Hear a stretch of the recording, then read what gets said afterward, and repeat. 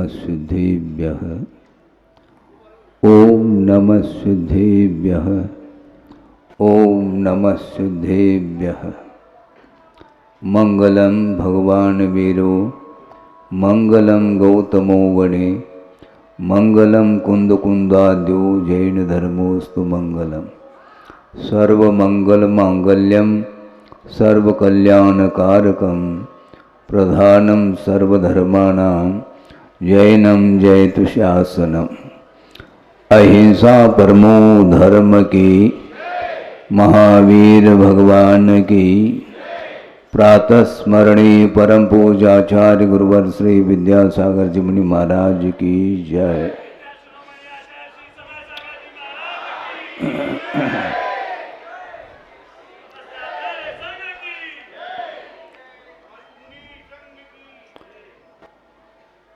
सन 75 में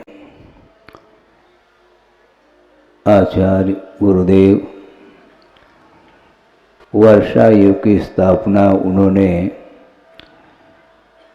यूपी में फिरोजाबाद जो महत्वपूर्ण स्थान माना जाता है वहाँ पर उन्होंने किया था। उस समय मेरा भी प्रवेश उनके संग में हुआ था। ब्रह्मचर्य अवस्था में मैं था और वर्षा योग की निष्ठापना के उपरांत विहार करते करते फिरोजाबाद से आगरा, धवलपुर, मुरैना, ग्वालियर होते हुए सोनागिरी जी सिद्ध क्षेत्र आना हुआ उनका। और वहाँ पर हम लोगों का पुण्य का उदय हुआ और उन्होंने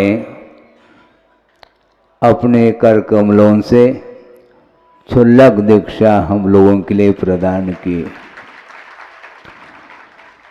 जो कि वह सोनागिरी सिद्ध क्षेत्र बुंदेलखंड का द्वार माना जाता है, ऐसा गुरुदेव के मुख से ही हमने सुना था। और दीक्षा के पश्चात विहार करते करते खजुराहो, पन्ना आदि होते हुए सतना नगर पधारे थे। और जहाँ तक मुझे स्मरण है 1 सप्ताह उनका यहाँ पर मुकाम हुआ था और प्रतिदिन विभिन्न विषयों पर आध्यात्मिक प्रवचन उनके हुए। और यहीं का एक संस्मरण उन्होंने अपने मुख से रामटेक में सुनाया था। आर्य का संघ था और प्रातः काल में तत्व चर्चा होती थी, उसमें प्रसंग बनाया था। आप गौर से सुने, ध्यान दें कि गुरुदेव की दृष्टि, उनका जो मौलिक चिंतन है शायद ही कोई दूसरा कर सकता हो, ऐसा मुझे लगता है। और उन्होंने प्रसंग ये बनाया था कि आप लोग प्रभु की, गुरु की पूजन अर्चन करते हैं अष्टमंगल द्रव्य के माध्यम से। चिंतन ये था कि वह पूजन सामग्री के लिए आप मंगलमयी व पूजन सामग्री ऐसा बोल रहे हैं, जबकि वह सामग्री आपने जहाँ से खरीदी है वहाँ पर वह सामग्री मंगलमयी नहीं थी। वहीं से आपने अक्षत लिया है और वहीं से फल आदि लिए हैं। इसके उपरांत भी उसको मंगल क्यों कहा है, यह विचारणीय विषय है। ये दृष्टि का अंतर है। भोजन सामग्री और पूजन सामग्री में जमीन आसमान का अंतर देखने को मिलता है। भोजन करते समय भी आप इन्हीं सामग्री का सेवन करते हैं, किंतु उसके लिए मंगल द्रव्य नहीं माना जाता है वो, और इसको मंगल माना जाता है। क्योंकि जहाँ पर प्रभु की उपासना, गुरु की उपासना की बात आती है, वो समय वो सारे वस्तु मंगलमयी हुआ करती है। क्योंकि उन द्रव्यों के माध्यम से हम अपने परिणामों को पवित्र बनाने का पुरुषार्थ करते हैं, इसलिए उसको मंगल माना गया है। और उन्होंने ये कहा था, यही की घटना है वो। और पूजन प्रारंभ हो गया। गुरुदेव बैठे हैं पंडाल में, और उसके उपरांत उनका उपदेश भी होना है, और पूजन करने के लिए काफ़ी संख्या में लोग बैठे हैं। और एक परिवार और आ गया, उसमें शामिल हो गया, और क्रमशः पूजन प्रारंभ हुआ। और जब अर्घ का समय आया, उस समय सभी लोग अपने अपने अर्घ को चढ़ाने लगे। और एक छोटा सा बालक था। आप सोचे विचार करें कि कहाँ तो वह छोटा सा बालक है, और बड़े पुरुषार्थ से उसने कुछ पैसा एकत्रित किया था, जिसको जेब खर्च भी आप बोल सकते हैं अपनी भाषा में। और इसके उपरांत भी उन्हीं पैसों से उसने चॉकलेट खरीदे थे, और मुट्ठी से उसने चॉकलेट चढ़ा दिया अर्घ के रूप में। आप सोचो, गुरुदेव बहुत अच्छे ढंग से देख रहे थे उसको, बहुत प्रसन्न हुए थे, और उन्होंने यही कहा, यही तो विशेषता है बुंदेलखंड की, छोटे छोटे बालकों में भी धार्मिक संस्कार देखने को मिलती है। और उन्होंने इसी बात को लेकर के आगे कहा कि 4, 6 साल, 7 साल समझ लो, राजस्थान में उनका विहार हुआ, किंतु उन्होंने कहा कि राजस्थान में मेरी दुकान नहीं चली है।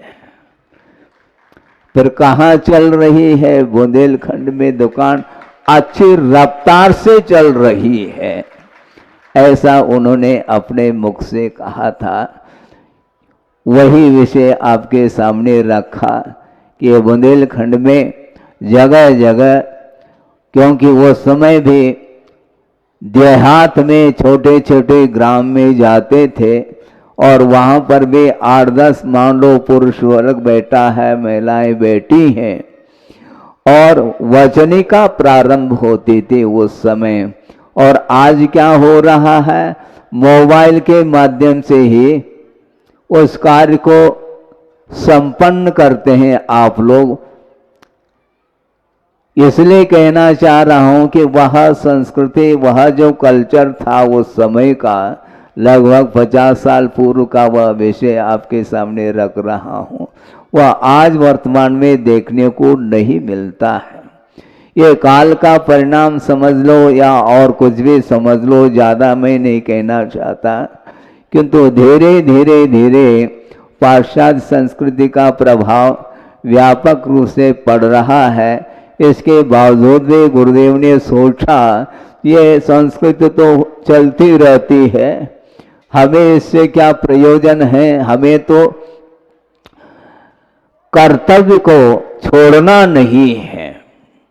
और कर्तव्य का अनुपालन करते हुए आचार्य ज्ञान सागर जी महाराज ने उनके लिए जो भी आशीर्वाद और जो ज्ञान दिया था, उसको आत्मसात करते हुए उन्होंने इन 50-55 साल के अंदर एक विशाल संघ का निर्माण उन्होंने किया है।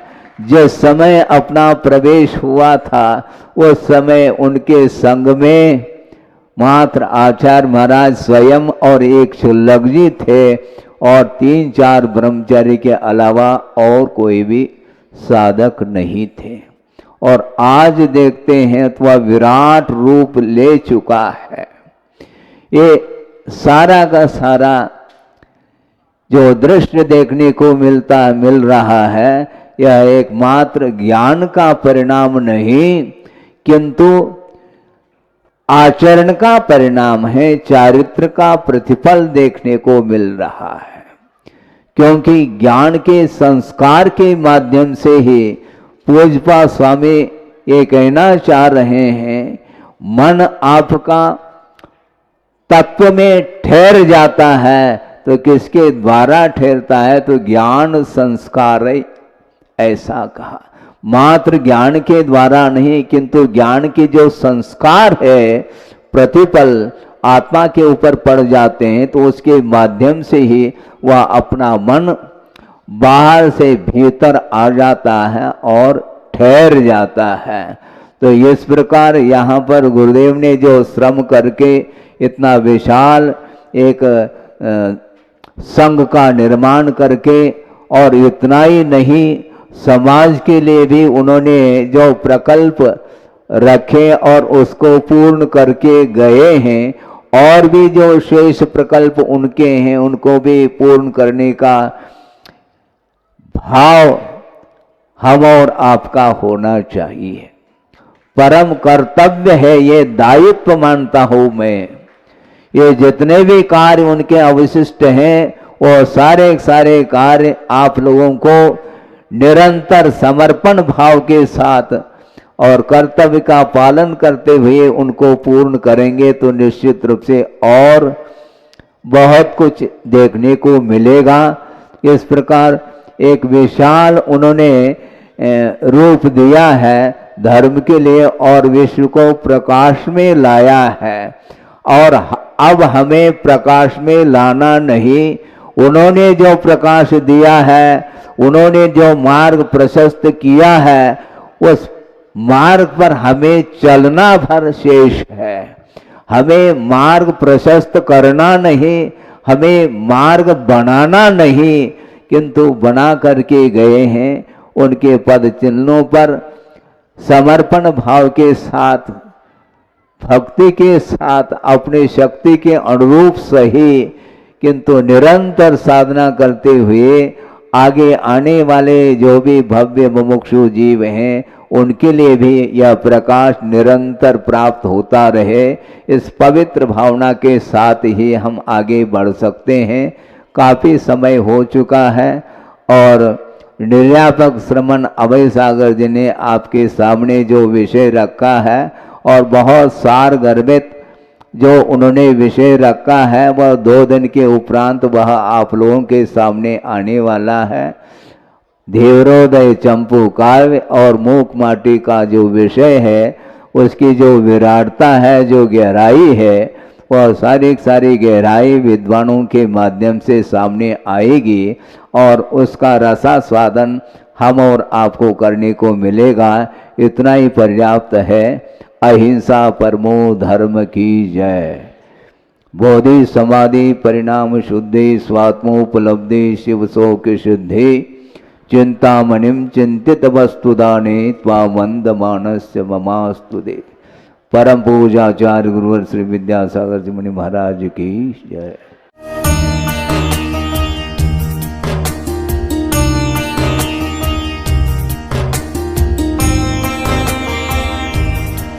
ओम नमः सिद्धेभ्यः, ओम नमः सिद्धेभ्यः, ओम नमः सिद्धेभ्यः। मंगलम भगवान वीरो मंगलम गौतमो वने मंगलम कुंद कुंदाद्यो जैन धर्मोस्तु मंगलम। सर्वमंगल मांगल्यम सर्वकल्याणकारकम प्रधानम सर्वधर्माणां जैनम जयतु शासनम। अहिंसा परमो धर्म की, महावीर भगवान की। प्रातः स्मरणीय परम पूजाचार्य गुरुवर श्री विद्यासागर जी मुनि महाराज की जय।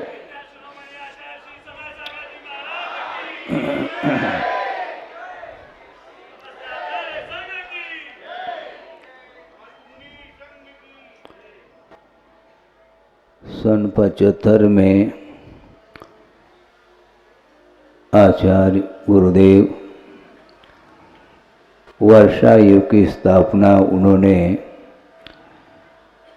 यूपी में फिरोजाबाद जो महत्वपूर्ण स्थान माना जाता है वहाँ पर उन्होंने किया था। उस समय मेरा भी प्रवेश उनके संग में हुआ था। ब्रह्मचर्य अवस्था में मैं था और वर्षा योग की स्थापना के उपरांत विहार करते करते फिरोजाबाद से आगरा, धवलपुर, मुरैना, ग्वालियर होते हुए सोनागिरी जी सिद्ध क्षेत्र आना हुआ उनका, और वहाँ पर हम लोगों का पुण्य का उदय हुआ और उन्होंने अपने कर कमलों से क्षुल्लक दीक्षा हम लोगों के लिए प्रदान की, जो कि वह सोनागिरी सिद्ध क्षेत्र बुंदेलखंड का द्वार माना जाता है, ऐसा गुरुदेव के मुख से ही हमने सुना था। और दीक्षा के पश्चात विहार करते करते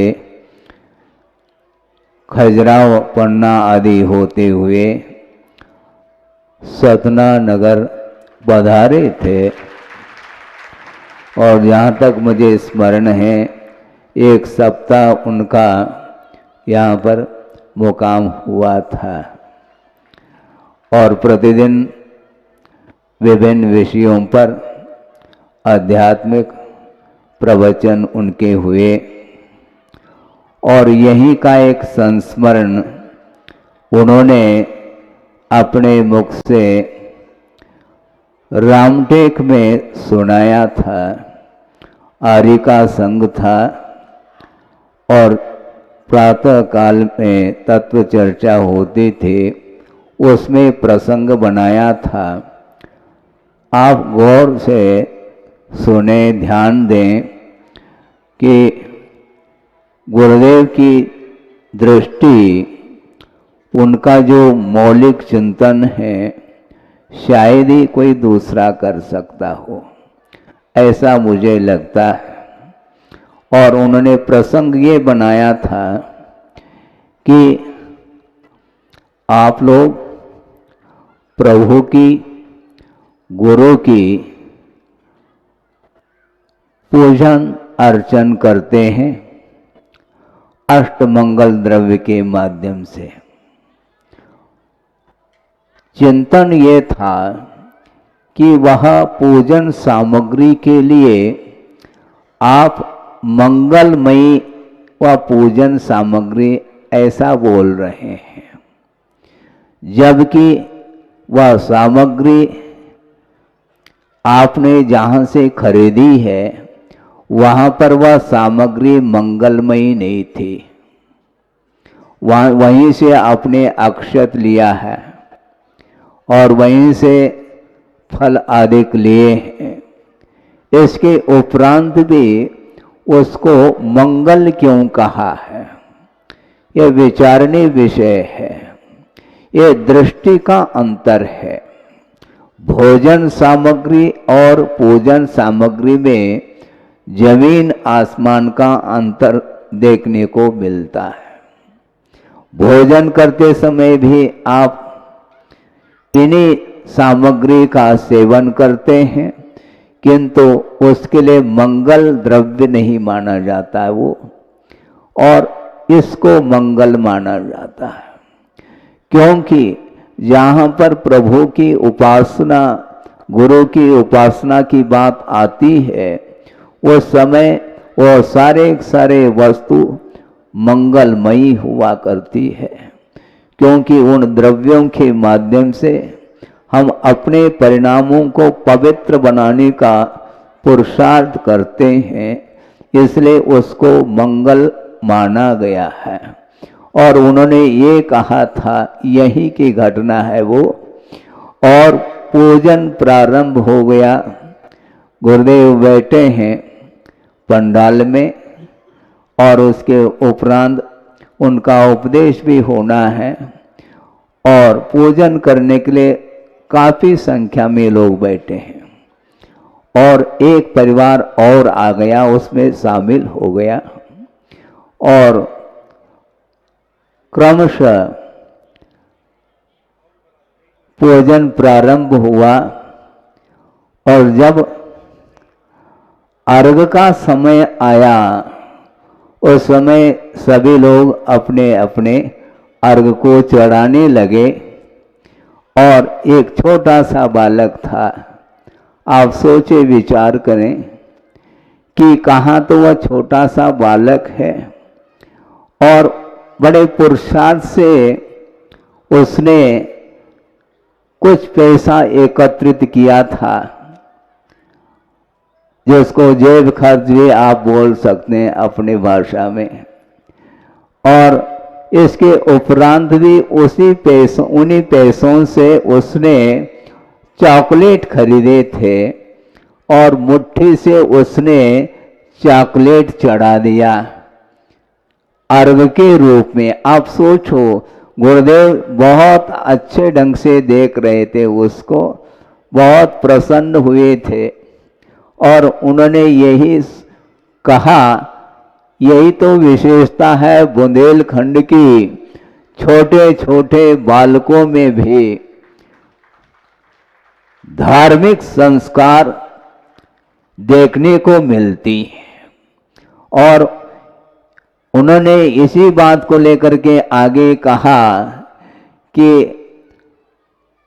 4, 6 साल, 7 साल समझ लो, राजस्थान में उनका विहार हुआ, किंतु उन्होंने कहा कि राजस्थान में मेरी दुकान नहीं चली है।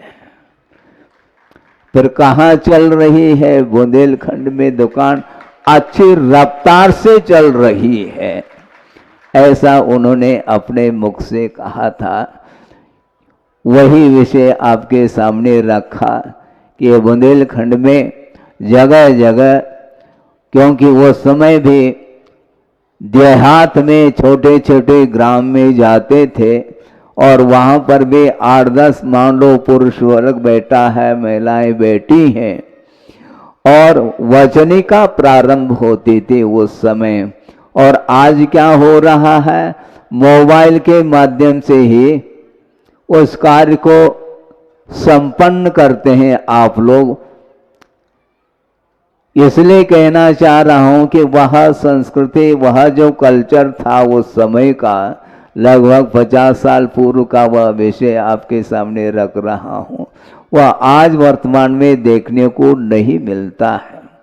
ये काल का परिणाम समझ लो या और कुछ भी समझ लो, ज़्यादा मैं नहीं कहना चाहता, किंतु धीरे धीरे धीरे पाश्चात्य संस्कृति का प्रभाव व्यापक रूप से पड़ रहा है। इसके बावजूद भी गुरुदेव ने सोचा ये संस्कृति तो चलती रहती है, हमें इससे क्या प्रयोजन है, हमें तो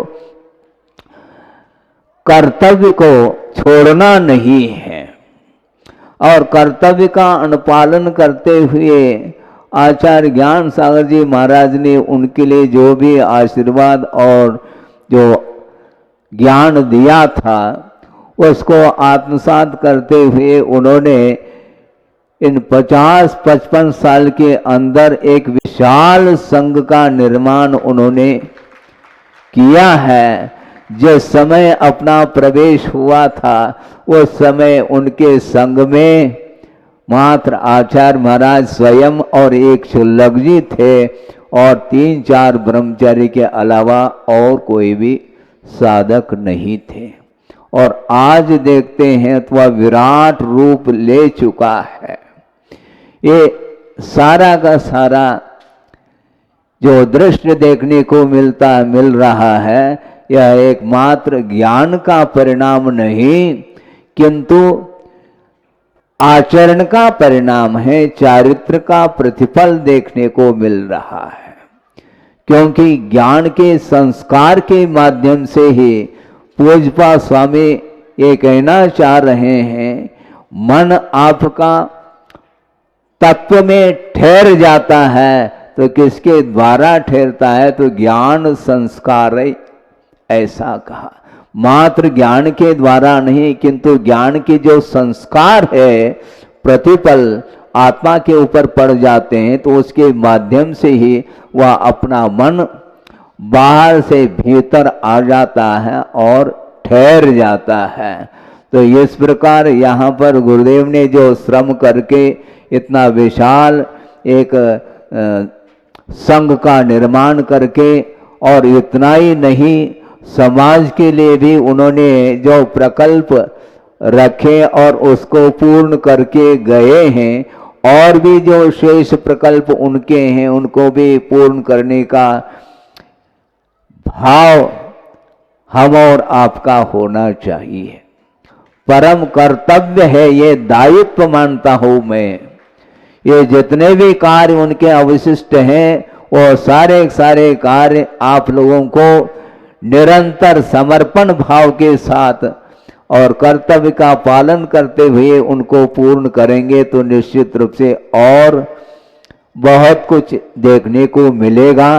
इस प्रकार एक विशाल उन्होंने रूप दिया है धर्म के लिए और विश्व को प्रकाश में लाया है, और अब हमें प्रकाश में लाना नहीं, उन्होंने जो प्रकाश दिया है, उन्होंने जो मार्ग प्रशस्त किया है, उस मार्ग पर हमें चलना भर शेष है। हमें मार्ग प्रशस्त करना नहीं, हमें मार्ग बनाना नहीं, किंतु बना करके गए हैं। उनके पद चिन्हों पर समर्पण भाव के साथ, भक्ति के साथ, अपनी शक्ति के अनुरूप सही, किंतु निरंतर साधना करते हुए आगे आने वाले जो भी भव्य मुमुक्षु जीव हैं उनके लिए भी यह प्रकाश निरंतर प्राप्त होता रहे। इस पवित्र भावना के साथ ही हम आगे बढ़ सकते हैं। काफ़ी समय हो चुका है और निर्यापक श्रमण अभय सागर जी ने आपके सामने जो विषय रखा है और बहुत सार गर्भित जो उन्होंने विषय रखा है, वह 2 दिन के उपरांत वह आप लोगों के सामने आने वाला है। धीवरोदय चंपू काव्य और मूक माटी का जो विषय है, उसकी जो विराटता है, जो गहराई है, वह सारी गहराई विद्वानों के माध्यम से सामने आएगी और उसका रसास्वादन हम और आपको करने को मिलेगा। इतना ही पर्याप्त है। अहिंसा परमो धर्म की जय। बोधि समाधि परिणाम शुद्धि स्वात्मोपलब्धि शिव शोक सिद्धि चिंतामणिम चिंतित वस्तुदाने त्वामंद मानस्य ममास्तुदे। परम पूजाचार्य गुरुवर श्री विद्यासागर जी मुनि महाराज की जय।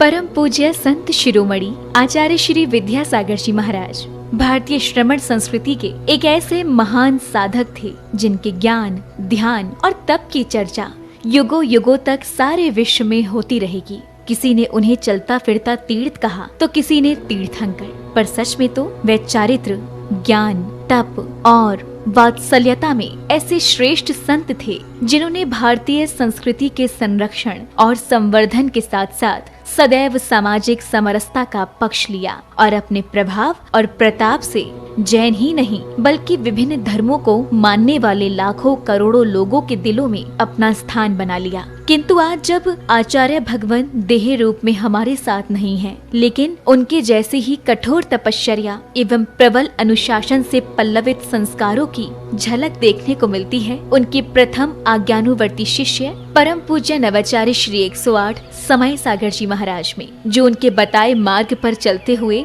आज विश्व में धर्म की महती प्रभावना कर रहे हैं।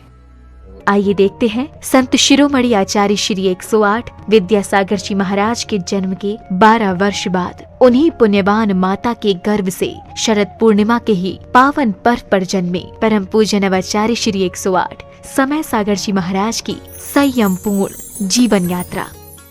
आचार विचार हो या व्यवहार, तपश्चरण हो या संस्कार या फिर हो व्यक्तित्व की बात, परम पूज्य नवाचार्य श्री 108 समय सागर जी महाराज प्रत्येक दृष्टि से साक्षात आचार्य भगवान की प्रतिलिपि कहे जा सकते हैं। और हो भी क्यों ना, आखिर जन्म देने वाले माता पिता तो एक ही हैं, और फिर इसे एक विचित्र संयोग कहें या फिर मलप्पा जी और श्रीमती जी के पूर्व भवों का पुण्योदय, जो उन्हें 27 अक्टूबर सन 1958 को शरद पूर्णिमा के ही पावन पर्व पर पुनः एक बालक के माता पिता बनने का सौभाग्य प्राप्त हुआ। 6 भाई बहनों में सबसे छोटे किंतु शांत प्रवृत्ति के इस बालक का नाम शांतिनाथ रखा गया।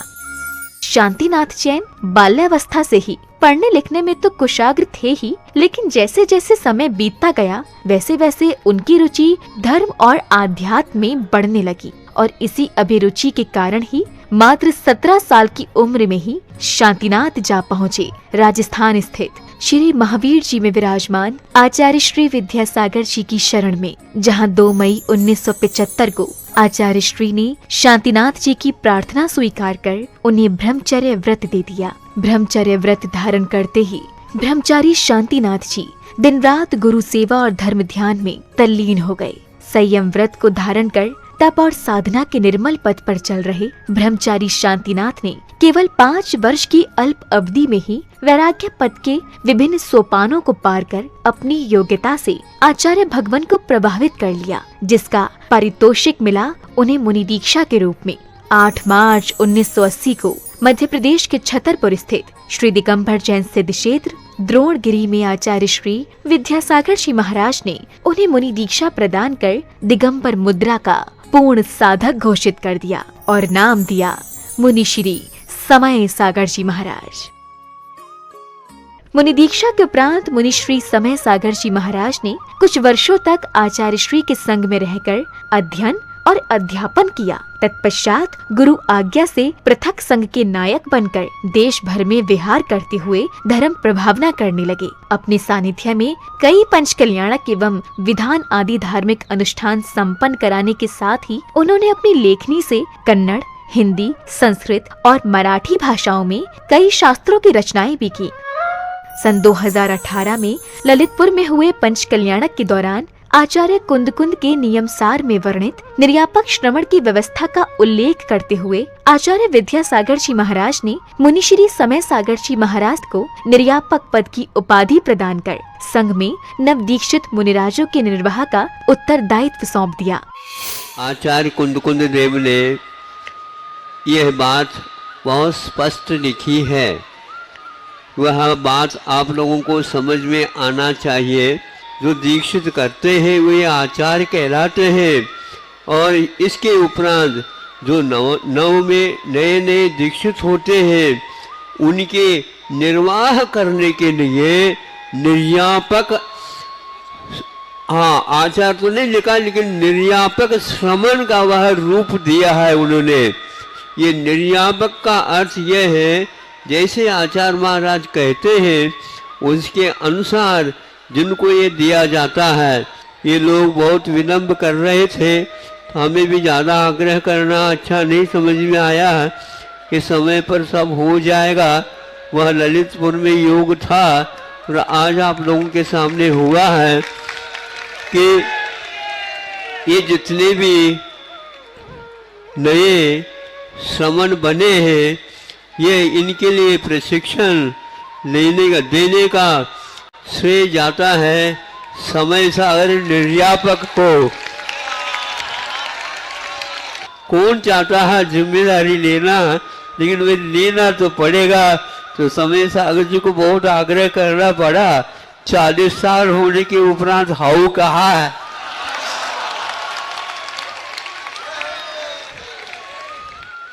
समय अपनी गति से चलता रहा। छत्तीसगढ़ के डोंगरगढ़ स्थित चंद्रगिरी तीर्थ में विराजमान आचार्य श्री विद्यासागर जी महाराज ने 6 फरवरी के ही दिन आचार्य पद के लिए निर्यापक श्रमण मुनि श्री समय सागर जी महाराज को चुन लिया एवं अपनी समाधि से 3 दिन पूर्व 15 फरवरी 2024 को आचार्य पद का त्याग कर पूर्ण संलेखना की ओर अग्रसर हो गए।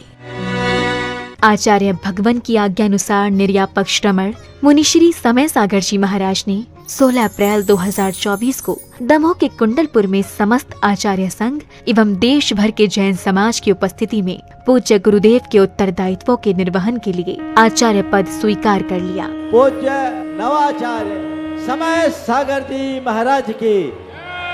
अंततः ये कहा जा सकता है कि आज का दिन केवल एक पर्व ही नहीं बल्कि स्वर्णिम अक्षरों से लिखित एक ऐसा अध्याय है जो विश्व के धार्मिक इतिहास में सदा ही अमर रहेगा। ये मात्र एक संयोग नहीं बल्कि पूरे समाज का पुण्य है जब एक ही दिन जन्मे गृहस्थ जीवन के 2 भाइयों ने गुरु शिष्य के रूप में परिवर्तित होकर धर्म उत्थान को अपना कर्तव्य माना और इसे परम पूज्य संत शिरोमणि आचार्य श्री 108 विद्यासागर जी की कठोर तपश्चर्या एवं संस्कारों का ही परिणाम कहेंगे, जो आज नवाचार्य श्री समय सागर जी महाराज भी उनकी अक्षुण्ण परंपरा का निर्वहन करते हुए धर्म की प्रभावना कर रहे हैं। आज पूरे विश्व का जैन समाज ये आशा कर रहा है कि परम पूज्य नवाचार्य श्री समय सागर जी महाराज भी संत शिरोमणि आचार्य श्री विद्यासागर जी महाराज के बताए मार्ग पर चलकर उन्हीं की भांति धर्म उत्थान का कार्य करते हुए समाज को एक नई दिशा प्रदान करेंगे। एक बार पुनः धर्म के महान उन्नायक परम पूज्य नवाचार्य श्री समय सागर जी महाराज के चरणों में हमारा त्रैबार नमोस्तु, नमोस्तु भगवन, नमोस्तु भगवन।